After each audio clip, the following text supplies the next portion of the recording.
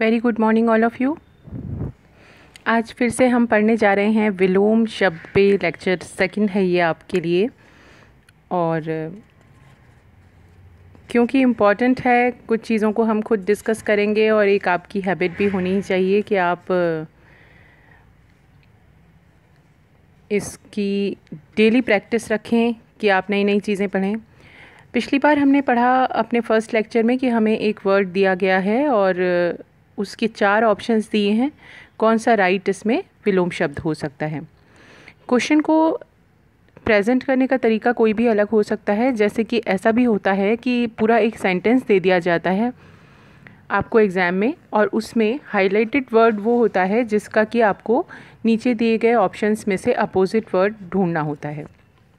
For example हम आज इस तरीके के ही क्वेश्चंस को सॉल्व करते हैं, जिसमें क्या होगा, जिसमें आपको इस तरीके से क्वेश्चन लिखा हुआ मिलेगा कि निम्नलिखित वाक्यों में से जो गहरे काले मुद्रित शब्द हैं उसके लिए आप विलोम शब्द या विपरीतार्थक शब्द को चयन कीजिए निम्न में से दिए गए विकल्पों में से। तो इस तरह के क्वेश्चंस को आज हम सॉल्व करेंगे। तो चलिए शुरुआत करते हैं विलोम शब्द पर। यह आपका लेक्चर सेकंड है। पहला क्वेश्चन है आपके सामने, आपके अतिरिक्त कोई भी व्यक्ति उस मूर्ख को नहीं समझा सकता।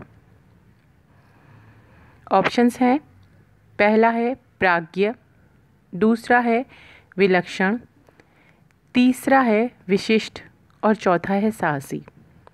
हमें अपोजिट देखना है कौन सा, जो आपके पास ब्लैक हाईलाइटेड वर्ड है, काला मुद्रित शब्द है, ज़्यादा हाईलाइटेड हो रहा है। मूर्ख, मूर्ख का अपोजिट क्या होगा।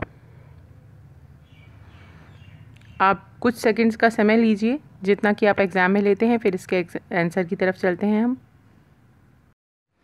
सबसे पहला ऑप्शन आपको दे रखा है प्राज्ञ। प्रज्ञा या प्राज्ञ से अभिप्राय होता है बुद्धि, बुद्धिमान, बुद्धिमता। तो अब बाकी के ऑप्शंस को पहले देखते हैं, फिर हम सही आंसर की तरफ आएंगे। दूसरा है विलक्षण, यानी जिसमें कोई विशेषता होती है, लक्षण है लेकिन विलक्षण यानी कुछ विशेष लक्षण वाला व्यक्ति। तीसरा विशिष्ट, वो भी कुछ ऐसी ही बात कह रहा है। और चौथा साहसी, जो वीरता से संबंधित बात है। तो यहाँ आपको सेंटेंस में कहा गया है मूर्ख, तो मूर्ख का अपोजिट क्या जाएगा, बुद्धिमता से होगा, यानी कि इसका सही आंसर होगा क प्राज्ञ। आपके इस पहले क्वेश्चन का आंसर है मूर्ख का अपोजिट प्राज्ञ।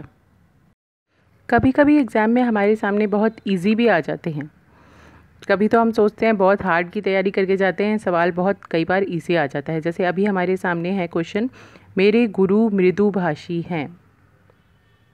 मृदु यानी मीठा बोलने वाले, मृदुभाषी यानी जो मीठा बोलने वाला व्यक्ति है। अब इसमें आपके पास अपोजिट निकालना है मृदुभाषी का, और ऑप्शंस में हमें दिए गए हैं स्निग्ध, दूसरा मधुर, तीसरा मित्र और चौथा कटु। मृदु का अपोजिट वैसे तो कटु होता है, लेकिन अभी आपको अपने साथ एक्सरसाइज करनी है, कौन सा सही होगा आप इस पे एक्सरसाइज कीजिए। आंसर की तरफ चलते हैं फिर। इसका सही उत्तर कटु ही है। देखिए अब क्यों है, इस पर भी अगर बात करें हम तो मधुर, तो ख जो ऑप्शन है वो तो पर्यायवाची है ही, मृदु और मधुर एक दूसरे के पर्यायवाची हैं। कटु विपरीत जा रहा है, जो कि इसका सही आंसर है। स्निग्ध यानी होता है भावों से भरा हुआ, स्नेह से भरा हुआ, कई तरीके के भावों से भरा हुआ, यानी कि वो भी भावनाशीली हो गया। वो मधुर का या मृदु का अपोजिट नहीं हो सकता। स्निग्ध भी नहीं हो रहा है यहाँ पर। मित यानी होता है सीमित, कम, कहते हैं ना मितव्ययी, यानी कम खर्च करने वाला। तो मृदु और कम, मृदु का अपोजिट, तो मृदु यदि मीठा है तो कटु यानी कड़वा ही तो होगा, मीठे का अपोजिट जैसे कड़वा होगा, बिल्कुल ऐसे ही। तो हम ये बाकी तीनों को सॉल्व करके देख लिया, उनके अर्थ वो नहीं जा रहे हैं जो कि हमारे इस आंसर में सेट हो सकते हैं। इसका सही विकल्प हो सकता है केवल कटु, मृदु का अपोजिट कटु। सेकंड क्वेश्चन, हमारे देश के नवयुवकों पर पाश्चात्य संस्कृति का प्रभाव तीव्र गति से पड़ने लगा है। हमारे देश के नवयुवकों पर पाश्चात्य संस्कृति का प्रभाव तीव्र गति से पड़ने लगा है। अंडरलाइंड वर्ड या फिर हाईलाइटेड वर्ड है पाश्चात्य। आप इसका विपरीतार्थक शब्द ढूंढिए। विलोम शब्द पाश्चात्य का क्या हो सकता है? आपके पास ऑप्शंस हैं प्राच्य, पूर्वोत्तर, पर्वोत्य या उत्तरोत्तर। यानी कि दोबारा से देख लीजिए, पहला है प्राच्य, दूसरा है पूर्वोत्तर, तीसरा है पर्वोत्य और चौथा है उत्तरोत्तर। पाश्चात्य का अपोजिट देखना है हमें। पाश्चात्य यानी अधुना संस्कृति, पाश्चात्य संस्कृति, अंग्रेजी सभ्यता, ये सब पाश्चात्य संस्कृति के लिए कहते हैं, आधुनिक सभ्यता के लिए कहते हैं। और जहाँ आधुनिक सभ्यता नहीं है, प्राचीन संस्कृति है, तो वो क्या होगी? जैसे हम कहते हैं ना, प्राचीन भारत, पुरातन भारत, पुरा इतिहासकार। तो ये पुरा शब्द या प्राच्य शब्द या प्राचीन शब्द जो होता है वो हमें प्राचीनता का बोध कराता है। पाश्चात्य शब्द हमें क्या बोध करा रहा है? आधुनिकता का। तो ये एक दूसरे के विपरीत हो रहे हैं। यही सही उत्तर आपका इसमें होगा। फिर भी आप जब बाकी के ऑप्शंस देखते हैं, पूर्वोत्तर यानी पहले का, लेकिन अगर इससे मैच खाता हुआ देखना पड़ेगा हमें। कहीं कहीं ऐसा भी होता है कि दो जो विलोम के आप विकल्प चयन करेंगे, आपको दोनों में समान जैसे अर्थ दिखाई देंगे, लेकिन ऐसी स्थिति में हमें ये देखना पड़ता है कि जो एग्जामिनर ने पूछा है हमसे, उसके साथ सही कौन सा सेट जा रहा है। तो पूर्वोत्तर का तो अपोजिट उत्तरोत्तर हो जाता है, तो पूर्वोत्तर यहाँ नहीं होगा, उत्तरोत्तर भी यहाँ नहीं होगा, पर्वोत्य भी नहीं होगा। इस शब्द का अर्थ अलग जा रहा है। इसका सही उत्तर है प्राच्य। प्राच्य यानी प्राचीन, पाश्चात्य यानी आधुनिक। तो आपका सही उत्तर क्या हुआ? सही उत्तर हुआ प्राच्य। वादी का दावा मंजूर कर दिया गया। विलोम शब्द में अगला सवाल है हमारे सामने। वादी का दावा मंजूर कर दिया गया, और मंजूर का हमें विपरीतार्थक निकालना है। मंजूर यानी स्वीकार करना। तो यहाँ इसका अपोजिट क्या होगा? मंजूर यानी तो होता ही स्वीकार है, ख तो बिल्कुल ही गलत हो गया। अब हमारे पास कन्फ्यूज़न की स्थितियाँ क्या क्या हैं? एक तो है खारिज, एक है अपास्त, एक है डिक्री। डिक्री कर देना नहीं होगा, डिक्री भी सही आंसर नहीं है। तो अब हमारे पास कन्फ्यूज़न के लिए जो दो हैं, बस उन्हीं के साथ हमें देखना है कि कौन सा सही है। एक तो है अपास्त और दूसरा है खारिज। मंजूर करना होता है स्वीकार करना, तो इसी का अपोजिट खारिज भी जा रहा है, इसी का अपास्त करना भी यही बात होती है। तो अब ये इस वाले क्वेश्चन में हमारे पास ये जो कन्फ्यूज़न है, इसको हमें देखना है कौन सा एप्रोप्रिएट सही बैठ रहा है। आप अपने हिसाब से अपने आंसर को मार्क कीजिए, फिर हम आंसर की तरफ चलते हैं। सबसे ज़्यादा जो यहाँ पर हो रहा है सही, वो हो रहा है मंजूर का विपरीत खारिज। मंजूर यानी स्वीकार किया जाना और खारिज यानी अस्वीकार कर दिया जाना। मंजूर भी एक उर्दू शब्द है और खारिज भी एक उर्दू शब्द ही है। सही विलोम यही हो रहे हैं। तो आपके अंडरलाइन वर्ड, हाईलाइटेड वर्ड का अपोजिट हुआ, विलोम हुआ मंजूर का खारिज। Next question. अभियुक्त को दोष सिद्ध घोषित करने के पश्चात न्यायालय ने उसके विरुद्ध दंडादेश पारित किया। अंडरलाइन वर्ड है, हाईलाइटेड वर्ड है दोष सिद्ध। आपको दोष सिद्ध का विलोम शब्द बताना है। आपके पास ऑप्शंस हैं आरोप मुक्त, दूसरा उन्मोचित, तीसरा दोष मुक्त और चौथा दंडित। देखिए ये कंफ्यूज करने वाला सवाल है आपके सामने, क्योंकि दोष सिद्ध का मतलब क्या हुआ कि जिसकी दोष के लिए सिद्धि कर दी गई, यानी कि वो उसने दोष किया है, ये बात कंफर्म हो गई है। अब इसका अपोजिट हमें निकालना है। अपोजिट का मतलब क्या होगा कि जिस पर दोष नहीं लगा हुआ है। तो पहला है आरोप मुक्त, दूसरा है उन्मोचित, तीसरा है दोष मुक्त, सब में एक ही बात आ रही है, और चौथा है दंडित। जितने भी चार हमने पढ़े सभी में एक ही बात आ रही है। थोड़ा सा कंफ्यूज करने वाला सवाल है, लेकिन फिर भी हमें राइट आंसर लगाने के लिए कौन सी चीज़ों का ध्यान रखना पड़ता है। हमें ऐसी चीज़ों का ध्यान रखना पड़ता है कि हमें मैच देखना पड़ता है, कौन सा ज़्यादा उसके साथ सेट हो रहा है जिस तरीके का सवाल किया गया है। सही शब्द का चयन करना, यही हमारी परीक्षा है यहाँ पर। तो आप इसमें आंसर ढूंढिए, फिर हम बात करते हैं इसके सही विकल्प के बारे में। इसका सही आंसर है दोष मुक्त। अभियुक्त को दोष सिद्ध घोषित करने के पश्चात न्यायालय ने उसके विरुद्ध दंडादेश पारित किया। आरोप मुक्त नहीं होगा, उन्मोचित भी नहीं होगा।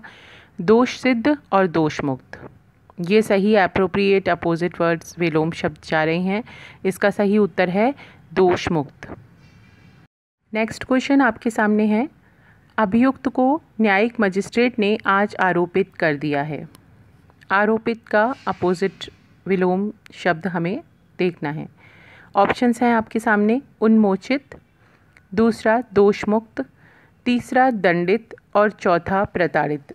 आरोपित कर दिया है, आरोपित का सही विलोम क्या जाएगा ये आपको देखना है, और बहुत क्लियर सा दिख रहा है। आरोपित का जो सही विलोम शब्द होगा वो होगा उन्मोचित। आरोपित करना यानी आरोप लगा देना, उन्मोचित करना यानी उन्मोचन कर देना, दोष से मुक्ति दे देना कि उसने कोई दोष नहीं किया है। तो आरोपित का सही उत्तर कहाँ जा रहा है? उन्मोचित। बाकी तीन रिजेंबल कर रहे हैं, लेकिन इसके साथ सही जो सेट बैठ रहा है वो हमें देखना है। प्रताड़ित तो बिल्कुल ही गलत है, दंडित भी बिल्कुल ही गलत है, क्योंकि वो तो पर्यायवाची हो गए, एक जैसे हो गए। यहाँ कन्फ्यूज़न था उन्मोचित शब्द में और दोष मुक्त में। तो दोष मुक्त दोष सिद्ध के साथ सेट हो रहा है। देख रहे हैं आप किस तरीके से ये सेट होता है। दोष मुक्त सेट हो रहा है दोष सिद्ध के साथ में, और जहाँ आरोपित लिख दिया गया है वहाँ उन्मोचित सही विलोम है। तो इसका आंसर है उन्मोचित। प्रार्थी के अभिभावक ने हाजिरी माफ़ी की अर्जी पेश की। हाइलाइटेड वर्ड है प्रार्थी।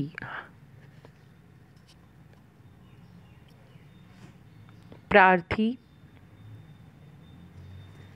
इसका विपरीत निकालना है। आपके पास ऑप्शंस हैं, पहला प्रतिपक्षी, दूसरा विपक्षी, तीसरा प्रतिपार्थी और चौथा अप्रार्थी। कौन सा सही जा रहा है आपको देखना है। पहले तो आप गलत विकल्प जो 100% है ना, उनको आप अलग कर लीजिए। इसको सॉल्व करने का सबसे अच्छा तरीका ये होता है, आप गलत विकल्प को बिल्कुल हटा दीजिए, उसके बाद आपके पास 2 ही बच जाएंगे। आप उनके अंदर देखिए कि कौन सा ज़्यादा सेट हो रहा है। यहाँ पर हमारे सामने सवाल था प्रार्थी का विलोम शब्द, और इसका जो प्रतिपक्षी, विपक्षी, प्रतिपार्थी, ये कुछ भी सही नहीं है, तीनों ही सही नहीं है। बहुत क्लियर ही आंसर है इसका। इसका सही उत्तर है विलोम शब्द अप्रार्थी। जितने ज़्यादा शब्दों के अर्थ हमें आएंगे, काम करना उतना ही आसान हो जाएगा हमारे लिए। इसीलिए ज़्यादा से ज़्यादा पढ़ना आपके लिए हमेशा बेनिफिशियल रहेगा। ये बात हमेशा हम कहते हैं। तो हिंदी की ग्रामर की बुक लेके हर रोज़ कोई 15-20 मिनट, आधा घंटा अगर आपने लगा लिया तो निश्चित रूप से आपकी जो हिंदी है वो अच्छी तो होगी ही। किसी भी एग्ज़ाम में पास होना भी आपके लिए बहुत इजी हो जाएगा। ऐसा नहीं होगा कि एग्ज़ाम कल है और आज आप 100-200 चीज़ें पढ़ रहे हैं और आप सोच रहे हैं कि भाई कल मुझे एग्ज़ाम में सब कुछ ही बहुत अच्छी तरीके से आ जाए। ऐसा नहीं होता। हम किसी भी बात में परफेक्ट कब होते हैं? जब हम उसको रूटीन में लेकर के आते हैं। तो स्टडीज़ को रूटीन में लेके आना ही उससे जीतने का एक तरीका है, और कोई तरीका है ही नहीं। तो आप ऐसा ही कीजिए, आप रूटीन में इनकी स्टडीज़ कीजिए, आपकी हिंदी मैच्योर हो ही जाएगी। चलते हैं अगले सवाल की तरफ। अब है एकाधिकार। एकाधिकार का विलोम शब्द बताइए। ऑप्शंस हैं परमाधिकार, दूसरा अनेकाधिकार, तीसरा पूर्णाधिकार और चौथा सर्वाधिकार।